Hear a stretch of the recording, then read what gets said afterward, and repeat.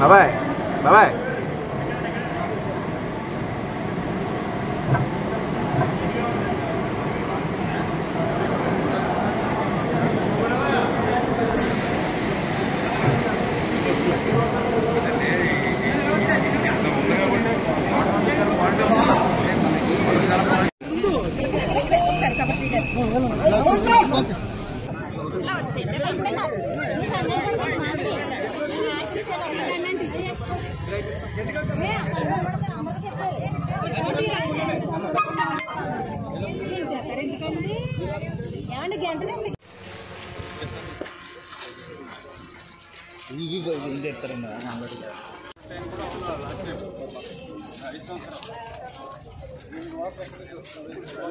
మనం కోసం పాయింట్ మనం వెళ్ళాం కదండి అది మనం 15 కోట్లు పెట్టి కట్టడం వల్ల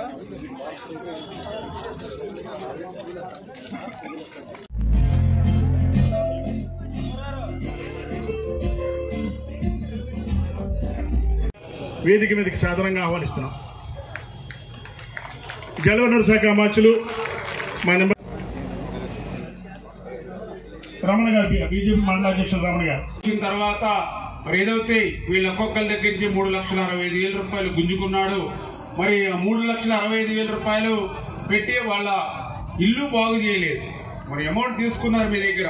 ఆ అమౌంట్ పెట్టి కొన్ని ఇంటికి ఏదైనా పెట్టి పని చేశాడంటే ఇక్కడ పని చేయలేదు.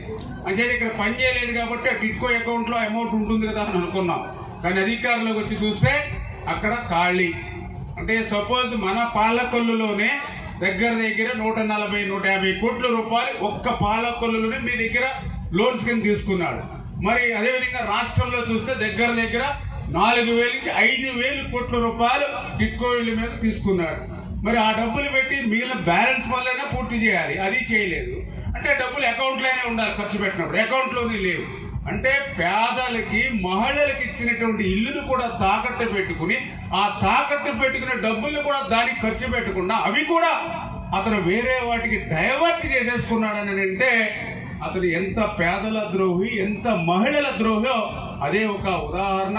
ఎందుకంటే నేను కూడా చూశాను మన పాలకుల్లో కూడా ఏదైతే బ్యాంకులకు సంబంధించి ఏ బ్యాంకుల నుంచి ఎంతమంది తీసుకున్నారో చూసా. మరి ఇన్ని పత్రాలు ఉన్నాయి వీళ్ళ దగ్గర. నిజంగా ఈ డబ్బులు చూస్తే ఇటు మీకు పెట్టుబడి పెట్టలా, అటు టిట్కో అధికారులు అడిగితే వాళ్ళ దగ్గర కూడా మా దగ్గర ఏమీ లేవు సార్. ఆ రోజే గవర్నమెంట్లోకి మీరు మధ్యాహ్నం సంతకం పెట్టేవారు, 1 గంటలో మీకు మెసేజ్ వచ్చేది. తర్వాత రోజు జగన్మోహన్ రెడ్డి గవర్నమెంట్ అకౌంట్లోకి పోయేది, అంతే క్లోజ్. అంచేత ఇటువంటి మోసం దగా చేశారు. అంచేత వాళ్ళకి మళ్ళీ ఎట్లా మనం న్యాయం చేయాలి, ఏం చేయాలనేది మళ్ళీ చంద్రబాబు నాయుడు గారితో మేము ఆలోచన చేస్తాం. ఎందుకంటే అక్కడ మనం తీసుకున్న అమౌంట్ ఉన్నా మళ్ళీ మీకు రిటర్న్ ఇప్పించవచ్చు. కానీ ఆ అమౌంట్ని కూడా డైవర్ట్ చేసుకున్న వేరే వాటికి ఎట్లా ఉపయోగించుకోవడం అది కూడా దర్యాప్తు కూడా చేయవలసిన పరిస్థితి ఉంది.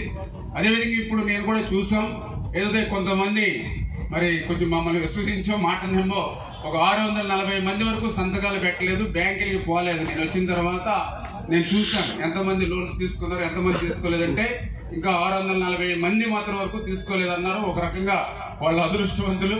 ఎందుకంటే వాళ్ళకి అవసరం లేకుండానే ఆ రోజు ఏదైతే మేము మాట ఇచ్చామో అది ముఖ్యమంత్రి గారితో మాట్లాడి దాన్ని ఎట్లా చేయాలి, ఏం చేయాలనే దాని మీద కూడా నిర్ణయం తీసుకుంటామనే విషయాన్ని కూడా మీ ద్వారా అందరికి కూడా తెలియజేసుకుంటూ